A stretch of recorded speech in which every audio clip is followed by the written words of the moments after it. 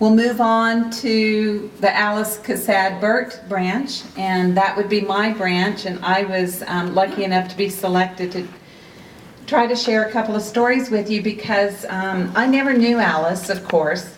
She died, I believe it was 1934, and that was 4 years before my mother, Jolie Burt Sukup, was even born.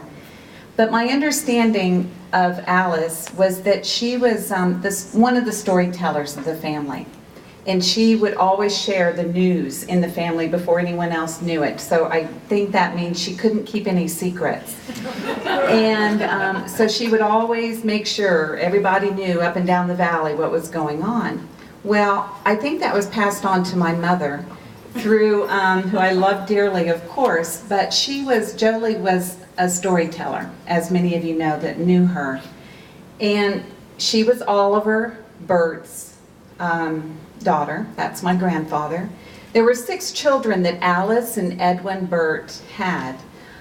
Miriam and Edwin ended up in the California area.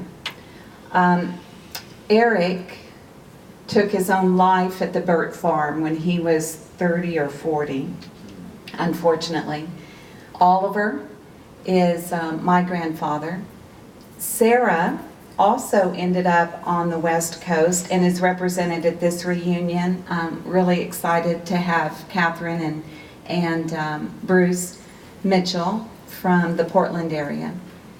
And who am I missing? That would leave Richard, was the baby, Richard Burt. And he unfortunately died in a head-on collision on Paisano Highway in El Paso when he was relatively young. So the Oliver Burt clan, though, is well represented here. And one of the stories I remember my mother telling a lot, for one, there were about 17, almost 20 cousins, right, that lived really close to each other in the Canutillo area because of all the farms. Well, when they would get upset at home, it was very easy because they spent so much time together. They would just run away from home. And the parents wouldn't worry about them because they knew that their son or daughter had just gone to another aunt and uncle's home and would be loved and cared for and fed for however many days they wanted to stay over there. Because the cousins were always together and hanging out, and the families took care of each other. Again, because they were so physically close in that area. But in particular, one story that I remember Mom passing down to me was, it was 1910. And El Paso was allowed 2 Oldsmobiles. They had just come out, they were relatively new, and 2 Oldsmobiles were coming into El Paso, and my great-grandfather, Edwin Burt, was lucky enough to be able to purchase one of them. Well, this car was pretty famous in the valley, right? There weren't hardly any cars. And it had rumble seats in it. And so every weekend it was really special for the adults to be given a ride in the car in the area. But the cousins, the little ones, oh my goodness, they would get on that car in a heartbeat when it was their turn. And there were about 17 of them actually were counted in one particular ride as somehow fitting in that car. And Edwin and Alice would give them a whirl, right, around the valley a little bit. Well, one Sunday, Edwin and Alice decided to take the cousins that wanted to go to Esleda. And Esleda is a community on the other side of El Paso. So 12 or 13 of them got on that car that day and made the trip. Well, they had some fun in Esleda, whatever they did, I'm not quite sure what happened, except when they got ready to leave, Edwin was backing up his relatively new car, and he backed it up into a dry ditch. There was no water in it, thank God, because when he backed it up into the ditch, it went to the side, and all the cousins were spilling out.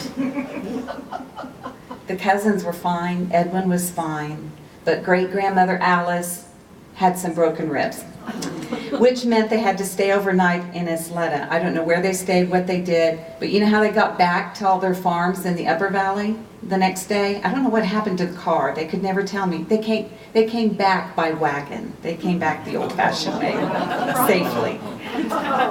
So those are the Alice memories that I can pass on. So after Alice, unless anyone else from Alice's branch suddenly have a story, since you put me on the spot? Okay. That would be Jessie. Jessie was the next one after Alice. So Brian, do you want to share your Jessie Casad Rhodes stories? I guess I can. Could you come forward? And you know what?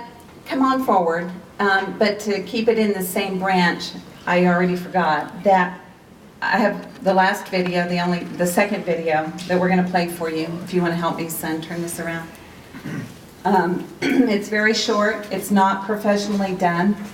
But my daughter, Tara, I have two children, Carrick and Tara. Tara's story. She recorded it a month or so ago.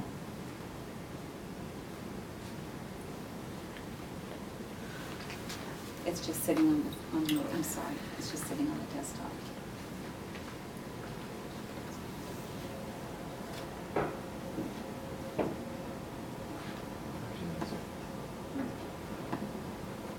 Hello, Casad family reunion. My name is Tara Hutchison.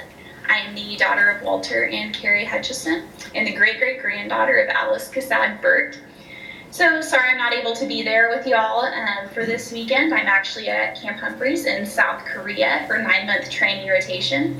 Got here in May and will come back to the States in early 2017. Just wanted to give a little bit about myself as one of the younger Casad generations, just that I could share with y'all since I'm not able to be there.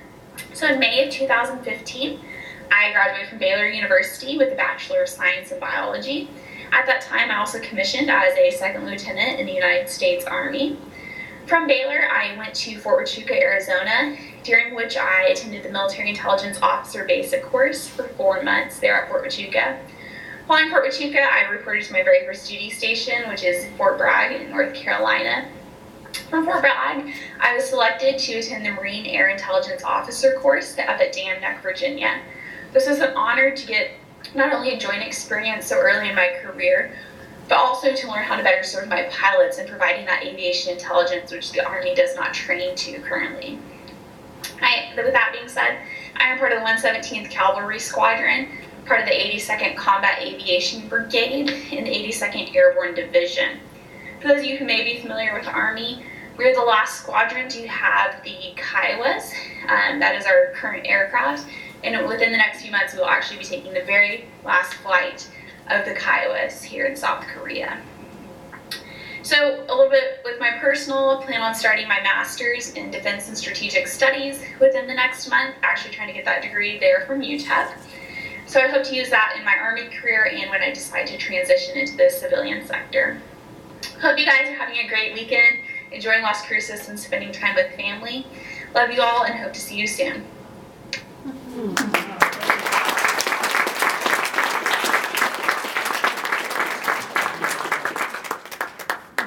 Okay, Brian Barnett, Jessie Casad Rhodes branch. Hi everyone, it's delightful to be here and to discover so many people who know more about my relatives than I do, or did. They sent me an email when I signed up for this asking me if I knew how Jessie spelled her name, and I responded and said I didn't know that Jessie was her name until I was maybe 25. We always knew her as Mimo. So there you go.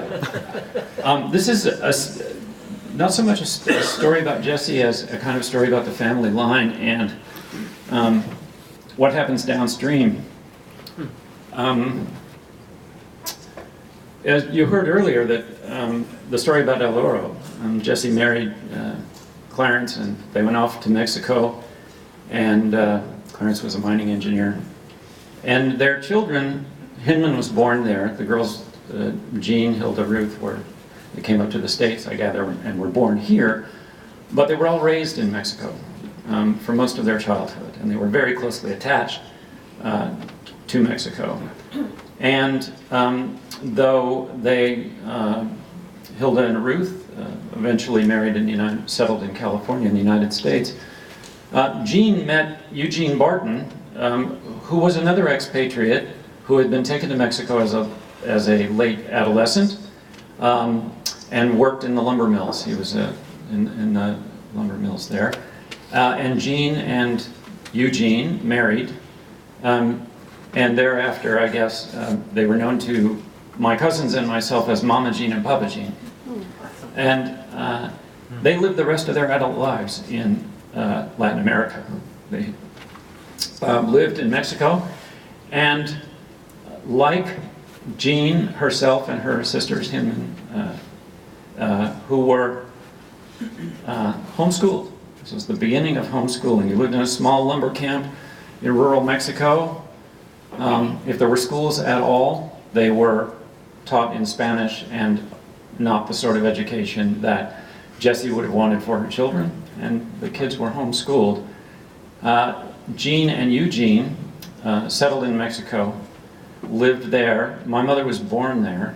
There are great stories of my mother and her brother and sister growing up in these small frontier towns near El Oro, where they worked and lived. And they later retired.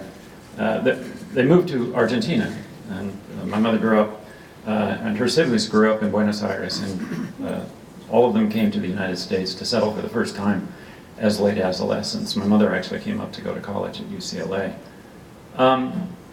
When I was 9 or 10, my mother was very anxious. My grandparents had retired to Guadalajara in Mexico, and my mother was very anxious that my sister and I have some exposure to Spanish and to Mexico. And my grandparents invited my sister and I to come down, and they came up on one of their biannual trips for my grandfather to buy his new Oldsmobile.